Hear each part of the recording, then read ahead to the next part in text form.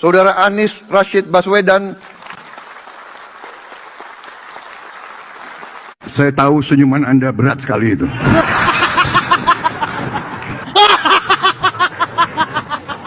Udah capek, utang banyak, nggak menang.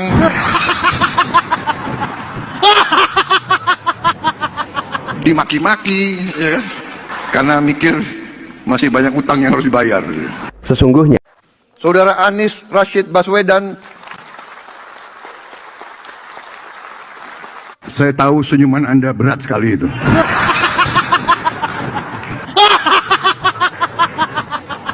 Udah capek, utang banyak, nggak menang.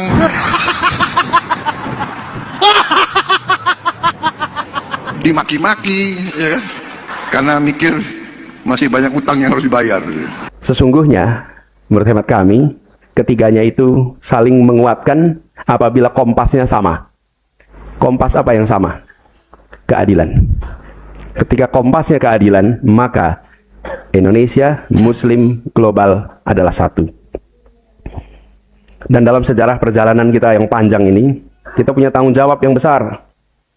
Makanya Ramadan ini menjadi momen reflektif untuk mensinergikan tiga identitas tadi, sehingga kita tidak mudah terseret dengan narasi sempit yang memecah-mecah. Caranya ada banyak.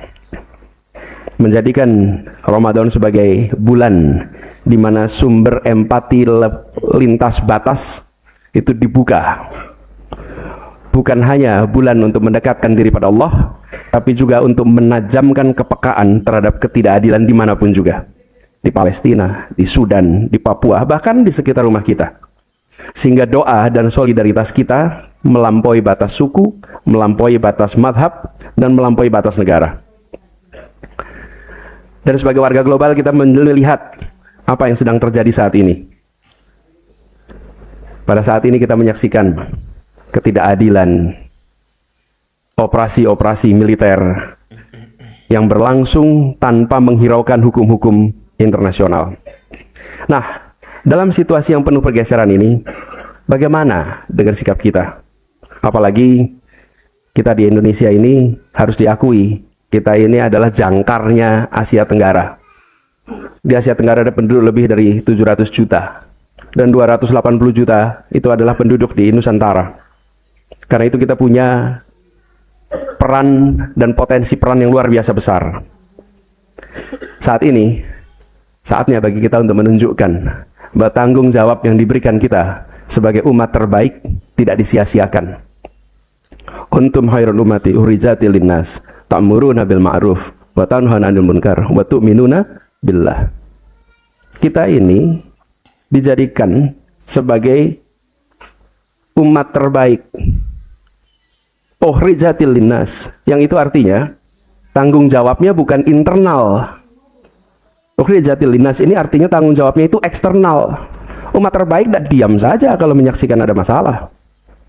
Bahwa di bulan ini kita didorong untuk meningkatkan ketakwaan, tapi pada saat yang sama kita berada di dunia yang gonjang-ganjing.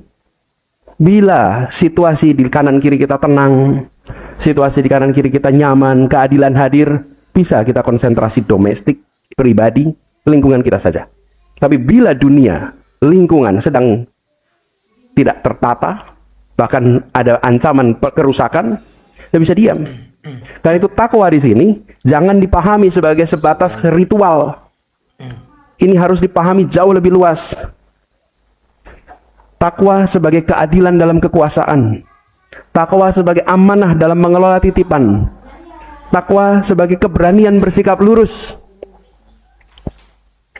Takwa itu berarti berani bilang ini salah meski tidak populer. Menolak untuk ikut arus kebohongan, tetap memegang prinsip ketika media sosial, ketika kelompok-kelompok, ketika kekuasaan mendorong ke arah yang bertentangan dengan nurani dan bertentangan dengan prinsip-prinsip din kita. Dalam konteks geopolitik hari ini, semangat takwa ini diterjemahkan sebagai kemampuan menahan diri dari reaksi, dari sikap yang terburu-buru, dari sikap yang reaksioner, tapi dari sikap yang tegas, dan memegang teguh pada prinsip. Negara yang berprinsip pasti tidak tergesa-gesa dan ikut arus propaganda. Pasti. Tapi memeriksa fakta, mengukur dampak, lalu kompas keadilan tadi dipegang terus, sehingga selalu berpihak kepada yang lemah, berpihak pada yang tertindas, dan tidak menjadikan penderitaan mereka yang tertindas sebagai komoditas politik. Luar biasa. Bayangkan sebuah kapal besar yang sedang berlayar di tengah lautan luas. Kapal itu membawa jutaan penumpang dengan latar belakang yang berbeda-beda. Ada yang datang dari timur, dari barat, dari utara, dan dari selatan. Mereka memiliki bahasa yang berbeda, budaya yang berbeda, bahkan keyakinan yang berbeda. Namun kapal itu tetap bisa berlayar bersama karena memiliki satu hal yang sama, yaitu kompas yang menunjukkan arah yang jelas. Tanpa kompas, kapal akan mudah terseret. Tanpa kompas, awak kapal bisa saling menyalahkan arah. Tanpa kompas, perjalanan akan dipenuhi konflik dan ketidakpastian. Dalam kehidupan berbangsa, kompas itu adalah keadilan. Ketika keadilan dijadikan kompas, maka setiap kebijakan akan diarahkan pada kepentingan semua rakyat, bukan hanya sebagian kelompok. Ketidakadilan dijadikan kompas, maka keputusan-keputusan besar tidak diambil berdasarkan siapa yang paling kuat, tetapi berdasarkan apa yang paling benar dan paling adil. Disinilah letak kekuatan sebuah bangsa. Sebuah bangsa tidak menjadi kuat hanya karena jumlah penduduknya besar, tidak juga karena kekayaan alamnya melimpah. Sebuah bangsa menjadi kuat karena rakyatnya merasa diperlakukan adil. Ketika rakyat merasakan keadilan, mereka memiliki rasa memiliki terhadap negara. Mereka merasa menjadi bagian dari perjalanan besar bangsa. Mereka tidak mudah diadu domba oleh narasi yang memecah belah. Sebaliknya, ketika keadilan terasa jauh, ketika sebagian masyarakat merasa tertinggal, ketika kesempatan tidak terbuka secara merata, maka celah perpecahan mulai muncul. Di celah itulah narasi-narasi pemecah belah mudah masuk. Narasi yang membagi masyarakat berdasarkan identitas, narasi yang memecah rakyat berdasarkan agama, suku, atau pilihan politik. Narasi yang membuat sesama anak bangsa saling curiga. Padahal sejatinya bangsa ini lahir dari semangat persatuan. Indonesia berdiri bukan karena semua orang sama. Indonesia berdiri justru karena kita menerima bahwa kita berbeda. Nah, perbedaan itu tidak pernah menjadi masalah selama ada satu hal yang dijaga bersama, keadilan bagi semua. Karena ketika keadilan hadir, rasa kebersamaan tumbuh dengan sendirinya. Petani di desa merasa dihargai, buruh di kota merasa diperhatikan. Pengusaha merasa sistem berjalan dengan aturan yang jelas. Generasi muda merasa memiliki masa depan yang layak diperjuangkan. Keadilan membuat semua orang merasa bahwa mereka berada di kapal yang sama. Namun, menjaga keadilan bukanlah pekerjaan yang mudah.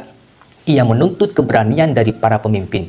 Keberanian untuk mengambil keputusan yang benar, meskipun tidak selalu populer. Keberanian untuk menempatkan kepentingan rakyat di atas kepentingan kelompok. Ia juga menuntut kedewasaan dari masyarakat, kedewasaan untuk tidak mudah terpancing oleh provokasi, kedewasaan untuk melihat persoalan secara utuh, bukan hanya dari potongan-potongan narasi yang beredar. Di era informasi seperti sekarang, narasi dapat menyebar sangat cepat. Satu kalimat bisa memicu kemarahan, satu potongan video bisa memicu perdebatan panjang. Tetapi bangsa yang kuat tidak dibangun oleh emosi sesaat. Bangsa yang kuat dibangun oleh kesadaran bersama tentang arah yang ingin dituju. Nah, dan arah itu hanya bisa jelas jika kompasnya jelas. Jika kompasnya adalah kekuasaan, maka yang kuat akan menang. Jika kompasnya adalah kepentingan kelompok, maka yang berbeda akan tersingkir. Namun jika kompasnya adalah keadilan, maka semua orang memiliki tempat yang sama dalam perjalanan bangsa. Disitulah persatuan menemukan maknanya. Persatuan bukan berarti semua orang harus berpikir sama. Persatuan bukan berarti semua orang harus memilih hal yang sama. Persatuan berarti kita sepakat bahwa meskipun berbeda, kita tetap berjalan menuju tujuan yang sama, keadilan bagi seluruh rakyat. Itulah sebabnya bangsa ini tidak boleh kehilangan kompasnya. Karena tanpa kompas keadilan, perjalanan bangsa akan mudah digoyahkan oleh narasi yang memecah belah. Tetapi dengan kompas keadilan, rakyat tidak mudah dipisahkan. Mereka tahu bahwa masa depan mereka saling terhubung. Mereka tahu bahwa keberhasilan bangsa adalah keberhasilan bersama. Pada akhirnya, sejarah selalu membuktikan satu hal. Bangsa yang bertahan bukanlah bangsa yang paling kuat, tetapi bangsa yang paling mampu menjaga rasa keadilan di antara warganya. Dan selama kompas itu tetap menunjuk pada keadilan, Selama keputusan-keputusan besar bangsa berpihak pada kepentingan seluruh rakyat, maka Indonesia akan tetap berdiri teguh, tidak mudah dipecah, tidak mudah diadu domba, dan terus melangkah maju sebagai bangsa yang bersatu.